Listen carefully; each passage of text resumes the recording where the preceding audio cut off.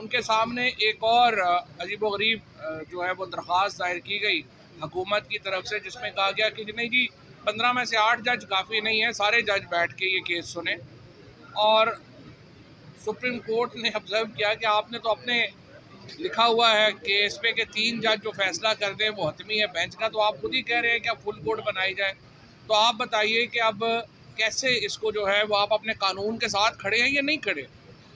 सो attorney general के पास भी और नून लीग का जो वकील है उसके पास कोई जवाब नहीं थे। आज जिस तरह से जज साहिबान ने उन्हें सवाल किया और जो इसके ऊपर जिस तरह से हम देखते हैं कि वो बिल्कुल उस खरगोश की मानंद थे जो कि फ्लड लाइट में आ जाता है। जब शिकारी जाता है ना शिकार करने, तो फ्लड लाइट डालते हैं तो वो खरगोश वहीं आंखें बंद करके बैठ जाता है। तो आज ये जो हुकूमती वकला है उनका यही हाल था। हम ये देख रहे हैं कि पार्लियामेंट के बाहर, सुप्रीम कोर्ट के बाहर, पार्लियामेंट में और मीडिया में हुकूमत की लाइन बड़ी मुख्तलिफ है उससे जो कि वो यहाँ पे लेते हैं। यहाँ पे आके वो बड़ी अच्छी अच्छी बातें करते हैं। यहाँ पे जजों को अहकामात की तामील की बात भी की जाती है। आज सुबह मैं देख रहा था मीडिया पे कि जी हुकूमत ने फैसला कर लिया है कि पार्लियामेंट का रिकॉर्ड नहीं दिया जाएगा। यहाँ पे अटॉर्नी जनरल कह रहे हैं कि जी आपको वो सारा रिकॉर्ड कल सुबह मिल जाएगा। अब जिन लोगों ने आर्टिकल 68 की खिलाफ वर्जी करते हुए वहाँ पे सुप्रीम कोर्ट के जजेस की तौहीन की है, उन्हें नताइज के लिए तैयार रहना चाहिए। अब आप डर क्यों रहे? जब आपने बयान दिए हैं तो आप उस पर कायम रहें। आप सुप्रीम कोर्ट में आके भीगी बिल्ली बन जाते हैं। पार्लियामेंट के अंदर आपकी और जो है वो पोजीशन है, मीडिया के ऊपर आपकी और पोजीशन है। तो आप एक पोजीशन ले लें, जो भी आपने पोजीशन लेनी है। और हम तो ज़ाहिर चाहेंगे कि आप आइन और कानून के मुताबिक पोजीशन लें। सुप्रीम कोर्ट को बंद कर देने से हुकूमत नहीं चल सकती। ये जो हुकूमत का ख्याल है ना कि वो चीफ जस्टिस को और जजेस को इनको बंद कर देगी और सुप्रीम कोर्ट के इदारे को बंद कर देगी और फिर वो अकेले गलियां ओजन सुनियां विच मिर्ज़ा यार फिरे की तरह हुकूमत करेगी, ये मुल्क इस तरह से नहीं चल सकता, ये निज़ाम इस तरह से नहीं चल सकता। और इस वक्त जो एक महाज आराई बनाई है हुकूमत ने सुप्रीम कोर्ट के ख़िलाफ़, वो पाकिस्तान के लिए ख़तरनाक है। पाकिस्तान की मईशत तो पहले ही तबाह बर्बाद हो गई है। अभी आपने देखा कि पाकिस्तान की फ़ॉरेन पॉलिसी का हाल आपने देख लिया। जो बिलावल भुट्टो इंडिया गए, बग़ैर सोचे समझे मुंह उठा के चले गए और वहाँ पे जो बेइज्जती करवाई उन्होंने अपनी भी और पाकिस्तान की भी। आज जो दूसरा इवेंट है जहाँ सऊदी अरेबिया होस्ट कर रहा है दुनिया के इम्पॉर्टेंट नेशनल सिक्योरिटी एडवाइज़र्स को, वहाँ पे हिंदुस्तान के नेशनल सिक्योरिटी एडवाइज़र मौजूद है, पाकिस्तान वहाँ पे रिप्रेजेंटेड नहीं है। पाकिस्तान के वज़ीर आज़म इस वक्त बादशाह साहब की जो कोरोनेशन है उसमें पहुँचे हुए हैं और मकसद सिर्फ ये है कि अपने भाई के साथ वक्त गुजार सकें, जो कि मफरूर है और पाकिस्तान नहीं आ सकते। सो पाकिस्तान के अंदर जो हालात हैं उनमें आप देख लें कि हमारी इस वक्त फ़ॉरेन पॉलिसी कहाँ पे खड़ी है।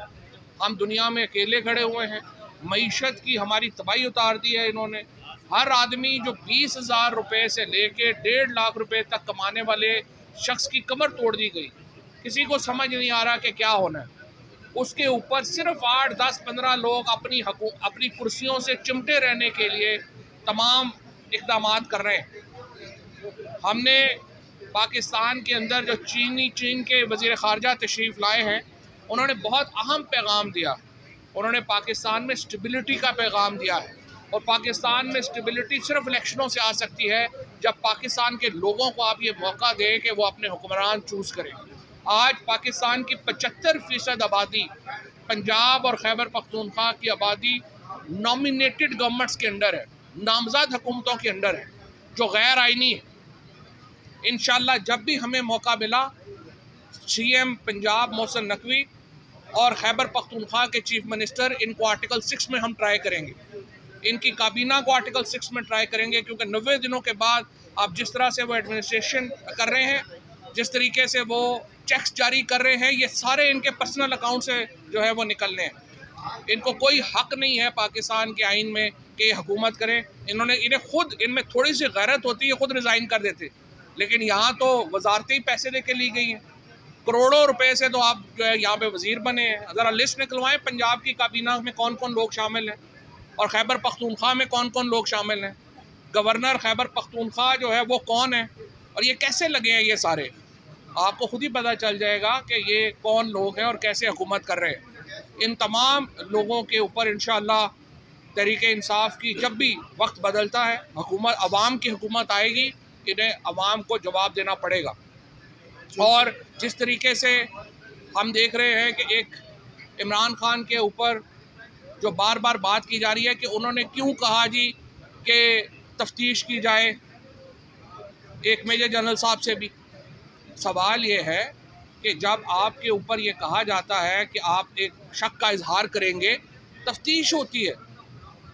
मरियम नवाज़ ने एक सिटिंग ब्रिगेडियर साहब जो हैं उनके ऊपर शिकायत की, बिलावल भुट्टो ने उनको हटा दिया गया।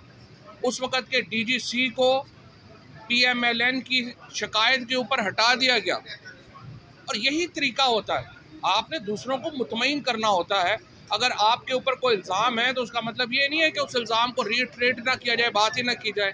उस इल्ज़ाम की तहकीक और तफ्तीश होनी चाहिए और ये इत्मीनान होना चाहिए कि आप बेगुनाह हैं। तरीक़ाकार ये होगा, तरीक़ाकार ये नहीं होगा कि कोई सवाल ही ना करे, कोई बात ही ना करे।